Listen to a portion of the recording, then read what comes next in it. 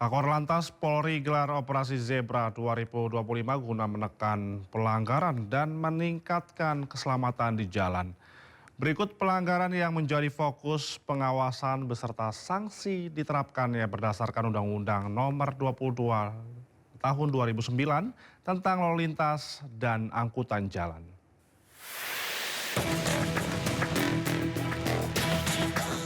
Pertama, tidak pakai sabuk keselamatan.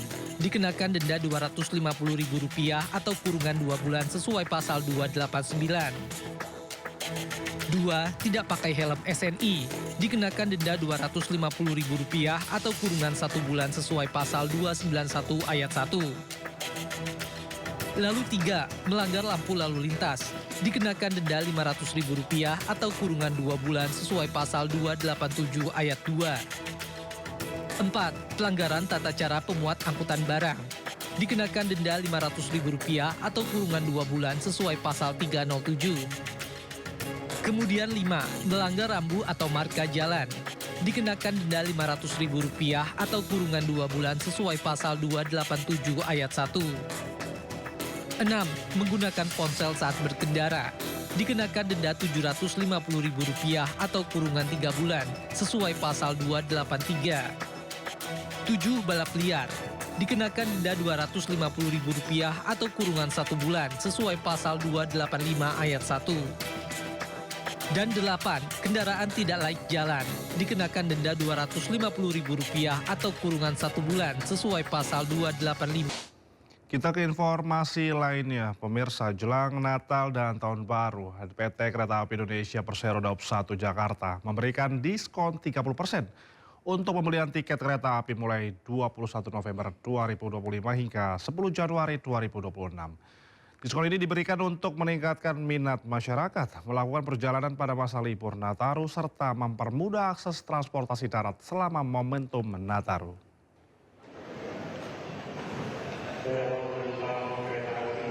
Program ini berlaku untuk berjalan periode 22 Desember 2025 sampai 10 Januari 2026.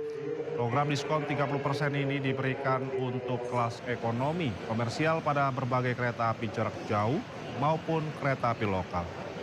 Seluruhnya berangkat dari wilayah Daup 1 Jakarta, termasuk dari stasiun Pasar Senen yang selama ini menjadi pusat keberangkatan penumpang ekonomi. Lebih dari 30 kereta api di lingkungan Daup 1 Jakarta siap mengangkut penumpang dengan kapasitas optimal, termasuk rangkaian yang dijadwalkan untuk kebutuhan arus Natal dan Tahun Baru. Masyarakat dapat memesan tiket dengan mudah melalui aplikasi KAI Akses atau melalui mitra resmi KAI lainnya, sehingga proses pembelian tiket lebih praktis tanpa harus datang ke stasiun.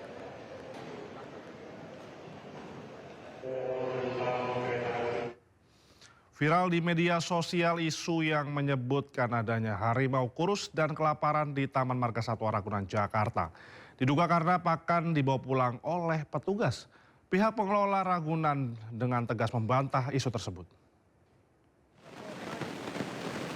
Humas Taman Marga Satwa Ragunan Al-Fatah menjelaskan seluruh harimau dalam kondisi normal, sehat dan tercukupi pakannya. Ia juga menegaskan bahwa prosedur pemberian makanan dan perawatan hewan di Ragunan sudah sesuai standar dan tidak pernah dikurangi atau dialihkan oleh petugas. Selain itu, Gubernur Jakarta Pramono Anung telah melakukan kunjungan langsung ke Ragunan dan menyampaikan bahwa hewan-hewan di Ragunan terjamin baik dari segi pakan maupun kesehatannya. Jadi yang viral itu pakan dibawa pulang itu ya, itu sangat tidak benar ya. Jadi kita juga dari pihak Taman Marga Satwa Ragunan sudah melakukan konfirmasi melalui sosial media kita. Kita juga undang bagi yang membuat komen tersebut, kita klarifikasi apakah benar ternyata memang dia menuliskan komen tersebut tanpa bukti. Dan kemudian juga Pak Pram juga sudah mengecek ke sini dan semua tuduhan itu ternyata tidak terbukti. Seperti itu, Kak. Kita ke informasi lainnya, pemirsa. Komite Nasional Keselamatan Transportasi melakukan investigasi terkait pesawat yang jatuh di Karawang, Jawa Barat. Petugas mengumpulkan data teknis mengenai kondisi terakhir pesawat sebelum terjatuh. Dari juga kalau bisa. Iya kalau bisa. Komite Nasional Keselamatan Transportasi KNKT menyelidiki jatuhnya pesawat komersial GA Airfan dengan nomor registrasi PKWMP di area persawahan Desa Kertawaluya, Kecamatan Tirta Mulia, Karawang, Jawa Barat. Tim KNKT turun langsung ke lokasi pada Sabtu pagi bersama petugas Kementerian Perhubungan serta pihak perusahaan yang terlibat dalam operasional pesawat. Petugas mengumpulkan data teknis mengenai kondisi terakhir pesawat sebelum jatuh dengan meneliti sejumlah bagian penting pesawat mulai dari kokpit, baling-baling depan, sayap, hingga interior. KNKT menyerahkan proses evakuasi pesawat kepada maskapai Wise Air. Manajer Pelayanan dan Keselamatan Wise Air, Agus Nugraha, menyampaikan evakuasi pesawat belum bisa dipastikan waktunya karena masih menunggu hasil pemeriksaan lanjutan dari pihak asuransi dan otoritas terkait. Udah tadi nerbangin drone?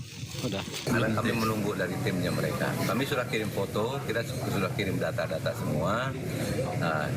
Timlah mereka yang akan menentukan. Jadi kami hari ini masih tetap berada di sini untuk menunggu dari teman-teman dari asuransi. KNKT sudah menyatakan pesawat ini dalam tidak layak terbang. Berarti pemeriksaan KNKT udah selesai juga hari ini? Pemeriksaan KT secara fisik, Pak. Secara fisik sudah cukup. Sudah cukup? Ya, tapi untuk selanjutnya kan mereka akan meneliti kenapa ini bisa terjadi. Bukan siapa yang salah, tapi kenapa ini bisa terjadi. Pasti ada sesuatu yang harus diperbaiki. Dan hasil akhir dari KNKT bukan menyalahkan, tapi memberikan satu rekomendasi untuk perbaikan ke depannya seperti apa.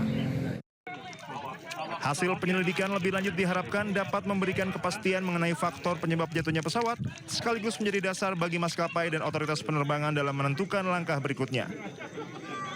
Dari Karawang, Jawa Barat, Rudi Setiawan, iNews melaporkan. Satgas Operasi Damai Karten menangkap daftar pencarian orang 6 Taplo.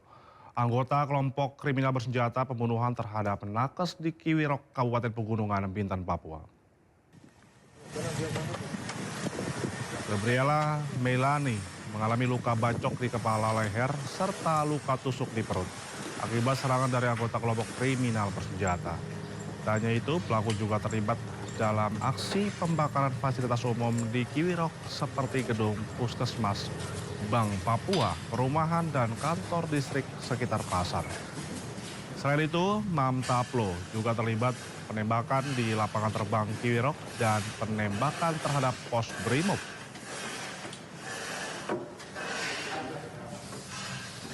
Dalam operasi ini yang melibatkan Satgas Damai Karten bersama dengan Polres Kerom berhasil mengamankan salah satu DPO atas nama Mam Taplo alias Mam Taplo. Selain itu, Mam Taplo juga diduga terlibat dalam serangkaian aksi kriminal lainnya, yaitu pembakaran beberapa gedung di Kiwirok.